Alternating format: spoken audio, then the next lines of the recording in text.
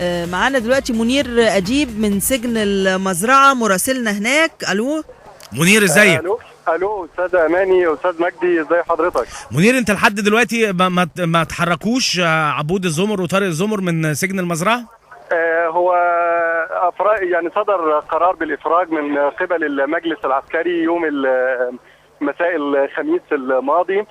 قرار الافراج كان مرتبط بموافقه مصلحه السجون بارسالها فاكس لمزرعه ترى. بالفعل تم ارسال الفاكس من قبل مصلحه السجون من ساعتين فاتوا، والان يتم تدبير الخروج. احنا بالفعل دخلنا سجن مزرعه ترى ودخلنا ملحق المزرعه، وهو ده السجن اللي موجود فيه عبود وطارق الزمر، واجرينا بعض الحوارات.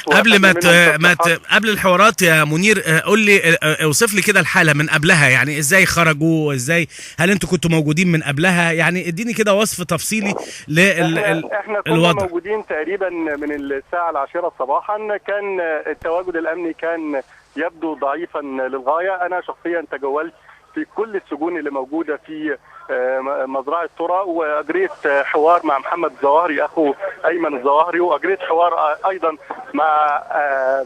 مع حمزه صفوه حمزه، ودوت المتهم الاساسي والرئيسي في مقتل الرئيس حسني مبارك في اديس ابابا، محاوله الاغتيال.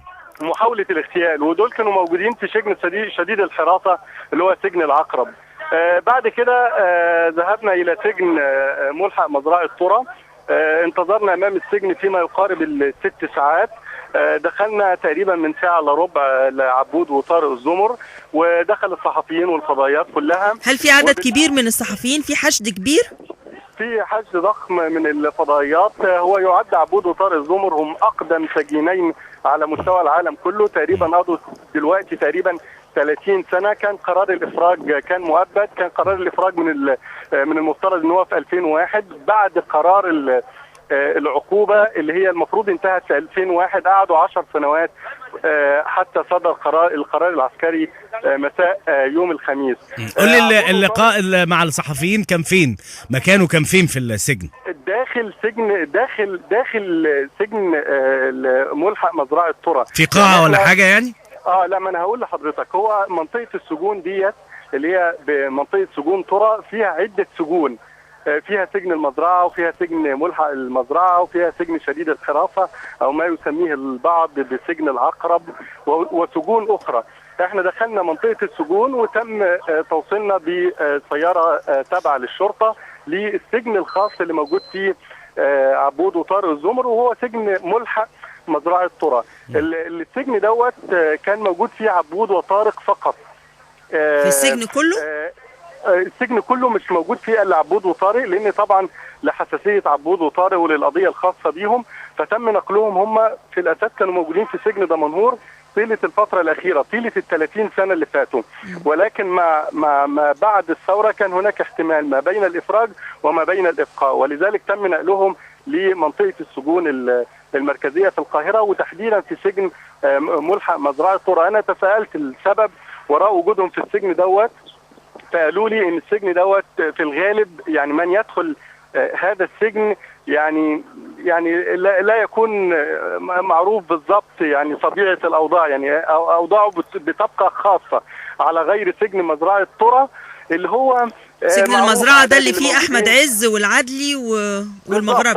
اللي هو معروف. هل ما وصلتلوش؟ ما قدرتوش توصلوا له؟ معروف اسمائهم، تبدو كل ما يخصهم معلوم للجميع. دخل عبود وطارق الزمر، وكانت هناك مساجلات ومظاهرات وفعاليات قام بها آل الزمر واعضاء الجماعه الاسلاميه والجهاد اللي بينتمي ليهم عبود وطارق الزمر، وبناء عليه تقدم المحامين الخاصين بعبود وطارق الزمر بمذكره للمجلس العسكري. تم البث في هذه المذكره وخرج قرار الافراج. قرار الافراج شمل عبود وطارق وشمل 58 اخرين من اعضاء جماعتي الجهاد والجماعه الاسلاميه. فقرار الافراج اليوم ليس خاص بعبود وطارق، وانما ضمن مجموعه 58 اخرين يضاف ليهم عبود وطارق الزمر. في اسماء تتوقف قدامها من ال 58 الاخرين؟ لا، هي عبارة عن أسماء، يعني أسماء أعضاء من الجماعتين، ولكن ممن قضوا 3/4 المدة، أو ممن تم اعتقالهم بدون حكم قضائي. هؤلاء الذين خرجوا لم يبقى في السجون كلها حسب تصريح أحد محامي الجماعة، قال لنا لم يبقى في السجون سوى 150 تقريبا من أعضاء جماعة الجهاد والجماعة لكن ممن لم يصدر في حقهم أحكام. المجموعة متهيألي الإعلامية يا منير كانت كلها، أعتقد الاهتمام كله كان منصب على عبود الزمر وطارق الزمر. صحيح، يعني ولذلك كل الإعلاميين والصحفيين وكل وكالات الأنباء والفضائيات كانت موجودة أمام ملحق مزرعة طرة فقط. يعني الآخرون ربما مر على فترة سجنهم 10 سنوات 8 سنوات أو 12 عاما، وهم شخصيات غير معروفة لنا، ربما تكون معروفة لدى قيادات الجماعة ولكن غير معروفين للإعلام بشكل. اتكلموا مع الصحفيين عبود الزمر وطارق الزمر وقالوا ايه اهم حاجة اتقالت؟ يعني اهم النقاط التي تحدث فيها عبود وطارق هو اولا يعني وجه الاثنان شكر خاص للمجلس العسكري ولشباب الثورة، وقالوا انهم سوف يخرجون لممارسة دورهم الدور السياسي، وقالوا سوف ننتمي أو ننشئ أحزابا أو نمارس العمل العام من ضمن هياكل، سواء كانت هياكل سياسية مفعلة أو ضمن هياكل تنظيمية ولكن مرخصة من قبل الدولة، ربما يكون ذلك من خلال جمعية أو من خلال حزب. عبود وطارق الزمر يعني قالوا نحن لم نكن نتوقع خروجنا من السجن، هو كان مفاجأة لنا. قالوا أننا كنا نظن كل عام يمر علينا منذ إنهاء فترة العقوبة المؤبد 20 عام من 2001 ونحن نتوقع الخروج، ولكننا كنا نصاب بيأس وإحباط نتيجة مراوغة أجهزة الأمن كما قالوا، ولذلك فقدنا أي أمل في أي خروج ربما يتيح النظام الباد. قول لي كان في مؤتمر كمان هيتعمل في ناهية، وكان في حوار مع يعني السلطات حوالين هل يتنفذ او يتعمل او ما يتعملش، ولا الكلام ده ايه؟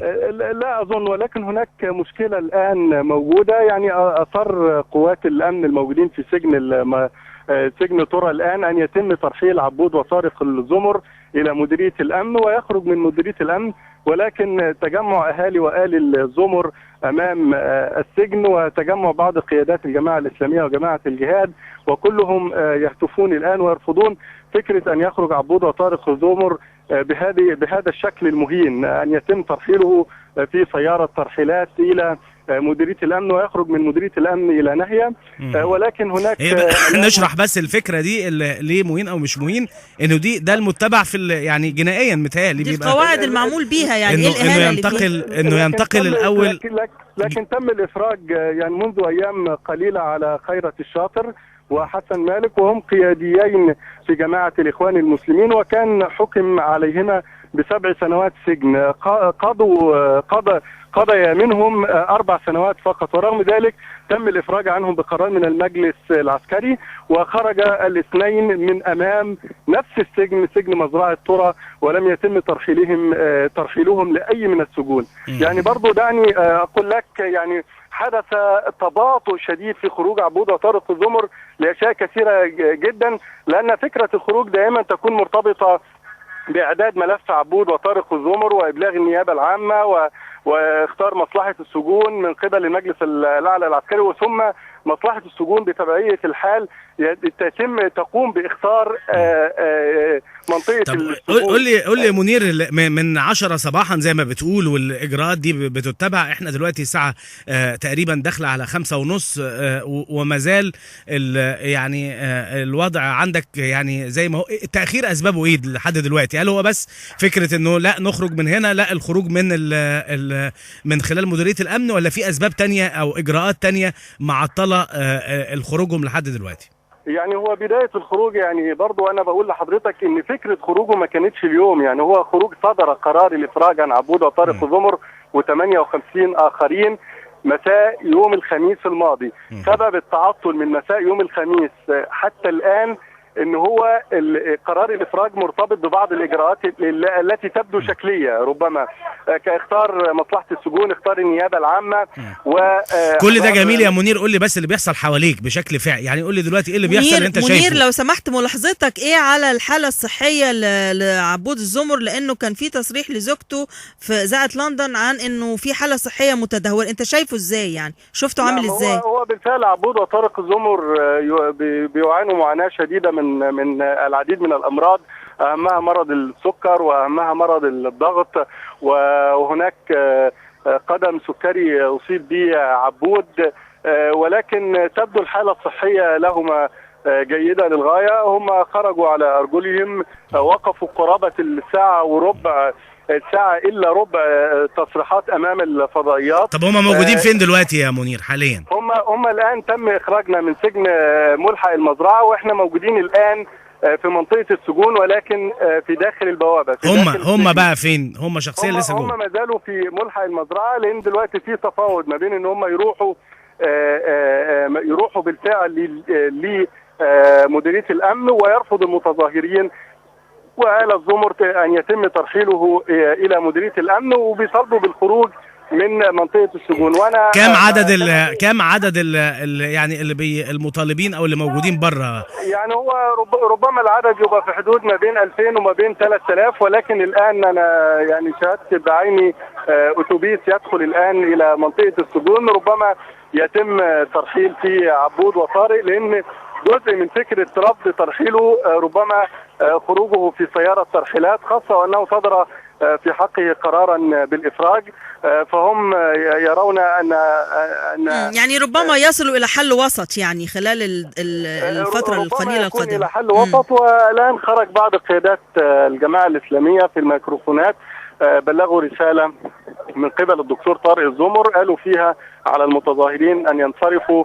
وإلى أن يقوم كل واحد منهم بقيادة سيارته وينتظر عبود وطارق الزمر إلى أن يصل إلى مديرية الأمن، ومن مديرية الأمن سوف يتحرك الجميع إلى منطقة ناهية لاستقبال عبود وطارق الزمر في المنطقة التي نشأوا. منير، هل هتتابع هذه الإجراءات؟ يعني هتمشي معاهم، هتروح ناهية؟ يعني هو بالفعل المتظاهرين الآن كفوا عن الهتافات بعدما أبلغهم بعض قيادات الجماعة الإسلامية بما طلبه الدكتور طارق الزمر، وأبلغهم بشكل رسمي وأساسي أن يا جماعة عليكم الهدوء والتهدئة، خاصة أنه لم يبقى إلا دقائق للخروج. وكما أن دخلنا يعني حسب تعبير من أبلغهم في الميكروفون على لسان الدكتور طارق، كما دخلنا وبقينا في منطقة السجون طيلة هذه السنوات، يعني لم يبقى إلا دقائق ويتم الإفراج عنا.